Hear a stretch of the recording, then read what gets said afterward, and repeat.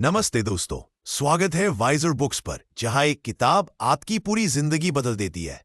आदित्य विक्रम सिंह, उम्र 32 साल, दिल्ली की चकाचौंध वाली कॉरपोरेट दुनिया में एक मिडिल मैनेजर था। ऑफिस में लोग उसे एवी कहते थे क्योंकि पूरा नाम बोलने की फुर्सत किसी के पास नहीं थी। एवी का दिन सुबह 7 बजे कॉफी मशीन के सामने शुरू होता और रात 11 बजे लैपटॉप बंद करते वक्त खत्म। उसकी टीम में 10 लोग थे, लेकिन कोई उससे दिल से नहीं जुड़ा था। मीटिंग में वह डेटा की बौछार करता, लोगों की गलतियां निकालता और फिर चुपचाप अपनी सीट पर लौट आता। घर पर उसकी पत्नी रिया अक्सर कहती, तुम ऑफिस की तरह घर में भी रिपोर्टिंग करने लगे हो। एवी हंस देता, लेकिन अंदर से खटकता। दोस्तों की महफिल में भी वह चुप रहता। लोग उसकी बात सुनते जरूर, पर दिल से नहीं। उसे लगता दुनिया उसे गंभीरता से नहीं लेती। एक दिन ऑफिस की लिफ्ट में उसकी नजर पड़ी एक पुरानी किताब पर, जो किसी ने छोड़ दी थी। कवर पर लिखा था, दोस्त कैसे बनाए और लोगों को प्रभावित कैसे करे, डेल कार्नेगी। एवी ने किताब उठाई, पलट कर देखा, फिर जेब में डाल ली। घर पहुंचकर उसने पहला पन्ना खोला। पहला सिद्धांत था, दूसरों की आलोचना, निंदा या शिकायत मत करो। एवी ने सोचा, कल से ट्राई करूंगा। अगली सुबह ऑफिस में उसकी टीम का जूनियर रोहन प्रेजेंटेशन में गड़बड़ कर बैठा। पहले एवी चिल्लाता, लेकिन आज उसने गहरी सांस ली और कहा, रोहन, डेटा तो सही है, बस स्लाइड का फ्लो थोड़ा और स्मूथ हो सकता है। चलो साथ में देखते हैं। रोहन हैरान रह गया। दिन भर में एवी ने किसी की आलोचना नहीं की। शाम को रोहन ने खुद मैसेज किया, सर, आज पहली बार लगा कि मैं गलत नहीं, बस सीख रहा हूं। एवी को लगा किताब काम कर रही है।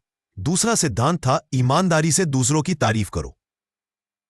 अगले हफ्ते क्लाइंट मीटिंग थी। क्लाइंट का नाम था मिसेस शर्मा, सख्त मिजाज। पहले एवी सीधे प्रपोजल पर आक्रमण करता, लेकिन आज उसने कहा, मैम, आपकी पिछली कैंपेन की क्रिएटिविटी ने हमें इंस्पायर किया। हम उसी लेवल को मैच करना चाहते हैं। मिसेस शर्मा का चेहरा ढीला पड़ा। मीटिंग के बाद उन्होंने कहा, आपकी टीम में कुछ तो बात है एवी। धीरे धीरे एवी बदलने लगा। ऑफिस में लोग उससे बात करने लगे। घर पर रिया ने कहा, तुम्हारी आंखों में पहले तनाव रहता था, अब चमक है। एवी ने मुस्कुराते हुए कहा, एक किताब पढ़ रहा हूं, जादू कर रही है। लेकिन असली परीक्षा बाकी थी। एक दिन कंपनी में बड़ा क्राइसिस आया। एक प्रोजेक्ट की डेडलाइन मिस हो गई। बॉस ने सभी को मीटिंग रूम में बुलाया। पहले एवी बचाव में उतरता, लेकिन आज उसने तीसरा सिद्धांत याद किया, अपनी गलती स्वीकार करो। उसने खड़े होकर कहा, सर, यह मेरी जिम्मेदारी थी, मैंने रोहन को पूरा बैकअप नहीं दिया, मैं सुधार करूंगा। कमरे में सन्नाटा छा गया। बॉस ने कहा, एवी, तुम पहली बार इंसान लग रहे हो। उस दिन के बाद बॉस ने उसे एक नया प्रोजेक्ट सौंपा। कंपनी की सबसे बड़ी क्लाइंट वर्धमान ग्रुप। प्रोजेक्ट की पहली मीटिंग में एवी को पता चला कि क्लाइंट के सीईओ मिस्टर वर्धमान बेहद सख्त है। उनकी बेटी की शादी में देरी की वजह से प्रोजेक्ट पर गुस्सा था। एवी ने चौथा सिद्धांत अपनाया, दूसरों की रुचि में दिलचस्पी दिखाओ। मीटिंग से पहले उसने रिसर्च किया। पता चला मिस्टर वर्धमान को पुरानी दिल्ली की चाट पसंद है। मीटिंग में कॉफी के साथ एवी ने कहा, सर, सुना है आप पराठे वाली गली के चाट एक्सपर्ट हैं, कभी गाइड करेंगे? मिस्टर वर्धमान हंसे, यार, तुम्हारी जनरेशन को तो बर्गर ही पसंद है। मीटिंग का माहौल बदल गया। लेकिन एवी की जिंदगी में अभी एक खालीपन था। उसका कॉलेज का दोस्त समीर दिल्ली में था, पर दोनों सालों से नहीं मिले। एवी को लगा किताब के सिद्धांत दोस्ती में भी काम करेंगे। उसने समीर को फोन किया, यार, बिना किसी एजेंडे के मिले? समीर हैरान था, तू तो पहले मीटिंग की तरह बात करता था। दोनों पुरानी दिल्ली गए। चांदनी चौक में समोसे खाते हुए एवी ने पांचवां सिद्धांत अपनाया, दूसरे का नाम याद रखो और उसे महत्व दो। उसने समीर की पत्नी का नाम लिया, दीपा भाभी कैसी है? समीर की आंखें चमक उठीं। उस रात दोनों देर तक बातें करते रहे। एवी की जिंदगी में अब रंग थे। ऑफिस में टीम उसके साथ हंसती, घर पर रिया उसके साथ घूमने जाती, दोस्ती फिर जीवित हो गई। लेकिन सबसे बड़ा टेस्ट बाकी था। कंपनी में प्रमोशन की रेस थी। एवी का कॉम्पिटिटर था विक्रांत, चालाक, होशियार और थोड़ा घमंडी। विक्रांत ने बॉस के सामने एवी की पुरानी गलतियां उछाली। पहले एवी गुस्सा होता, लेकिन आज उसने छठा सिद्धांत याद किया, दूसरों को महत्वपूर्ण महसूस कराओ। मीटिंग में उसने कहा, विक्रांत की बात सही है, मैंने गलतियां की, पर विक्रांत ने जो रिसर्च किया उससे मैंने सीखा। विक्रांत चौंक गया। बॉस ने कहा, एवी, तुम में लीडरशिप है। प्रमोशन एवी को मिला, लेकिन उस रात वह अकेला बैठा सोच रहा था, ये किताब नहीं, जिंदगी बदल रही है। उसने किताब का अगला हिस्सा खोला। लिखा था, लोगों को अपनी बात मानने का तरीका। एवी ने मुस्कुराते हुए कहा, अब असली खेल शुरू। दूसरी सुबह ऑफिस में नया चैलेंज था। वर्धमान ग्रुप का प्रोजेक्ट अटक गया था। मिस्टर वर्धमान चाहते थे कि बजट दोगुना हो। एवी की टीम घबरा गई। रोहन ने कहा, सर यह नामुमकिन है। एवी ने 7वां सिद्धांत याद किया, दूसरे के नजरिए से शुरू करो। उसने मीटिंग बुलाई और कहा, अगर हम मिस्टर वर्धमान होते तो क्या चाहते। टीम ने ब्रेनस्टॉर्म किया। आइडिया आया, बजट बढ़ाए बिना क्रिएटिविटी से काम। एवी ने मिस्टर वर्धमान को फोन किया, सर आपकी विजन है कि ब्रांड यंग लगे, हम बिना बजट बढ़ाए वायरल कैंपेन बनाएंगे। मिस्टर वर्धमान राजी हो गए। प्रोजेक्ट सक्सेसफुल रहा। लॉन्च के दिन मिस्टर वर्धमान ने एवी को गले लगाया, तुमने मेरी बात सुनी, मेरी नहीं, मेरी सोच को महत्व दिया। उस पल एवी को लगा, प्रभावित करना ताकत नहीं, समझ है। घर लौटते वक्त रिया ने पूछा, आज खुश क्यों? एवी ने कहा, किताब ने मुझे सिखाया, लोग बदलते नहीं, नजरिया बदलता है। रिया ने किताब मांगी, मुझे भी पढ़ाओ। एवी ने हंसकर कहा, कल से क्लास शुरू। लेकिन एवी की जिंदगी में अभी एक अधूरी कहानी थी। उसकी मां, जो गांव में अकेली रहती थी, उनसे नाराज थी। आखिरी बार एवी गया था तो मां ने कहा था, तू शहर में व्यस्त है, हमें भूल गया। एवी ने किताब का 8वां सिद्धांत अपनाने का फैसला किया। दूसरे के दृष्टिकोण से सोचो। उसने मां को फोन किया, मां मैं गलत था, आप अकेली है, मैं व्यस्तता का बहाना बनाता रहा। मां चुप रही। एवी ने कहा, इस बार मैं आ रहा हूं, बिना लैपटॉप। वह गांव पहुंचा। मां ने दरवाजा खोला, आंखें नम थी। एवी ने मां का नाम लिया, शकुंतला जी, आपके हाथ की चाय के बिना जिंदगी अधूरी है। मां हंस पड़ी। उस रात दोनों पुरानी यादें ताजा करते रहे। एवी ने 9वां सिद्धांत अपनाया, दूसरे को खुशी से हाँ कहलवाओ। उसने मां से कहा, आप दिल्ली चलें, मेरे साथ रहे। मां ने मना किया, लेकिन एवी ने कहा, आपके बिना मेरा घर सूना है। मां राजी हो गई। दिल्ली लौटते वक्त एवी की गाड़ी में मां, रिया और किताब थी। एवी ने सोचा, यह किताब नहीं, जिंदगी का मैनुअल है। लेकिन कहानी अभी खत्म नहीं हुई थी। ऑफिस में एक नया तूफान आने वाला था।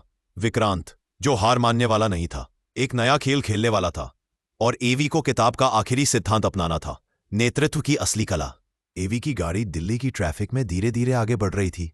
पीछे की सीट पर मां खिड़की से बाहर देख रही थी, जैसे शहर को पहली बार समझने की कोशिश कर रही हो।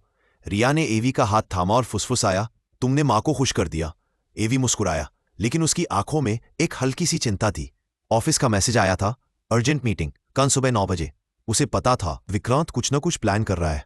अगली सुबह एवी ऑफिस पहुंचा तो मीटिंग रूम में सन्नाटा था। बॉस के साथ विक्रांत खड़ा था, उसके हाथ में एक फाइल। बॉस ने कहा, एवी, वर्तमान प्रोजेक्ट की सक्सेस के बाद बोर्ड ने नया टारगेट दिया है, अगले क्वार्टर में रेवेन्यू डबल। विक्रांत ने मुस्कुराते हुए फाइल आगे की, मैंने एक प्लान तैयार किया है। एवी की टीम को सपोर्ट रोल में शिफ्ट करना होगा, मैं लीड लूंगा। कमरे में सभी की नजर एवी पर थी। पहले एवी गुस्सा होता, लेकिन आज उसने किताब का 10वां सिद्धांत याद किया, झगड़े से बचो, एकमात्र तरीका है सम्मान देना। उसने शांत स्वर में कहा, विक्रांत तुम्हारा प्लान शानदार है, मैं सपोर्ट में हूं, लेकिन एक सुझाव, क्या हम दोनों की टीम्स मिलकर काम करें? विक्रांत चौंक गया। उसे लगा था एवी विरोध करेगा। बॉस ने सिर हिलाया, ये लीडरशिप है, दोनों को लीड करेंगे। प्रोजेक्ट शुरू हुआ। विक्रांत और एवी की टीम्स को एक साथ काम करना था। पहले दिन ही पेंशन हुई। विक्रांत की टीम वाले एवी की टीम को स्लो कहते। रोहन ने एवी से कहा, सर ये लोग हमें नीचा दिखा रहे हैं।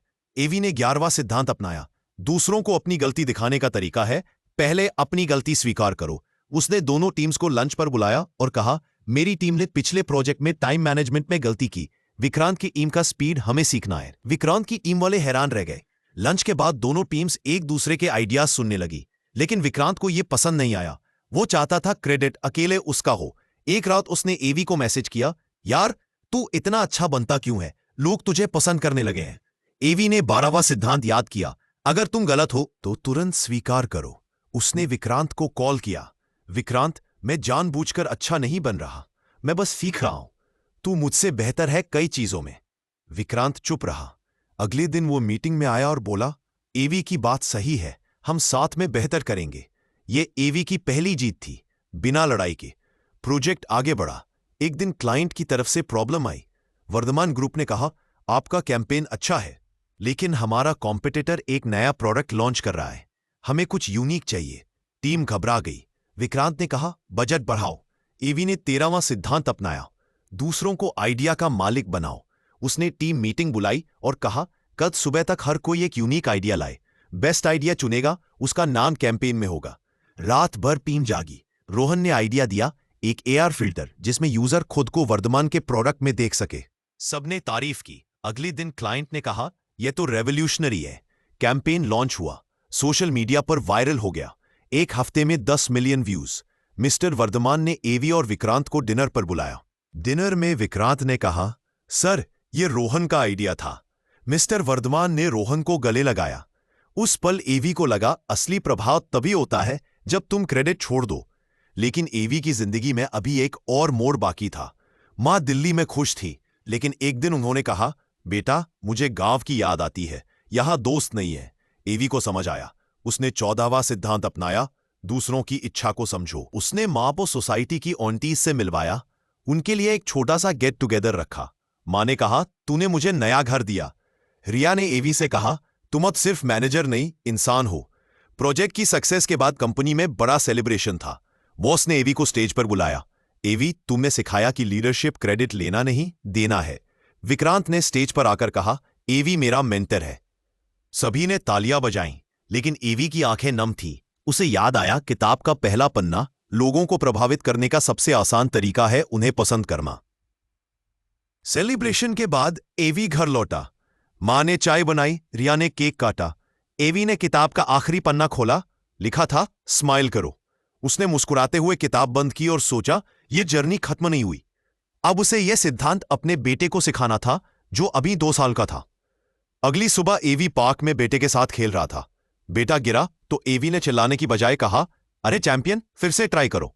बेटा हंसा और दौड़ा। एवी ने सोचा, यही तो है असली प्रभाव। एक स्माइल, एक नाम, एक समझ। कुछ महीनों बाद कंपनी ने एवी को प्रमोट किया, वाइस प्रेसिडेंट।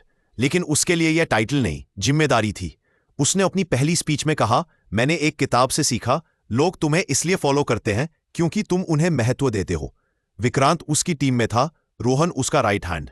मां सोसाइटी की प्रेसिडेंट बन गई। रिया ने अपना स्टार्टअप शुरू किया और एवी उसका पहला मेंटर। एक शाम एवी पुरानी दिल्ली गया। चांदनी चौक में समोसे खाते हुए उसने किताब निकाली। कवर फटा हुआ था, पन्ने मुड़े हुए। उसने किताब एक बच्चे को दे दी, जो वहां किताबें बेच रहा था।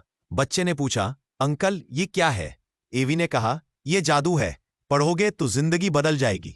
बच्चा मुस्कुराया। घर लौटते वक्त एवी ने रिया से कहा, मैंने किताब खत्म की, लेकिन कहानी शुरू हुई। रिया ने पूछा, अब क्या?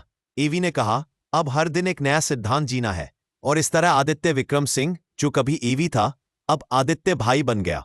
ऑफिस में, घर में, गांव में, शहर में, हर जगह उसकी स्माइल थी, उसकी समझ थी, उसका प्रभाव था।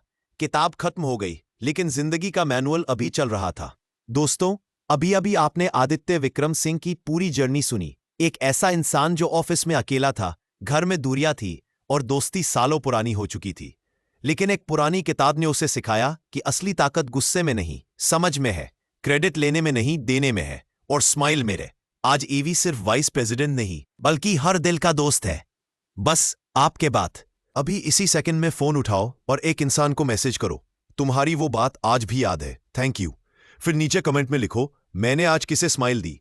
और अगर ये कहानी तुम्हें इंस्पायर कर गई तो लाइक दबाओ, शेयर करो अपने ग्रुप में और सब्सक्राइब कर लो, क्योंकि अगली कहानी तुम्हारी हो सकती है। चलो आज से शुरू करते हैं। दोस्त बनाओ, दिल जीतो।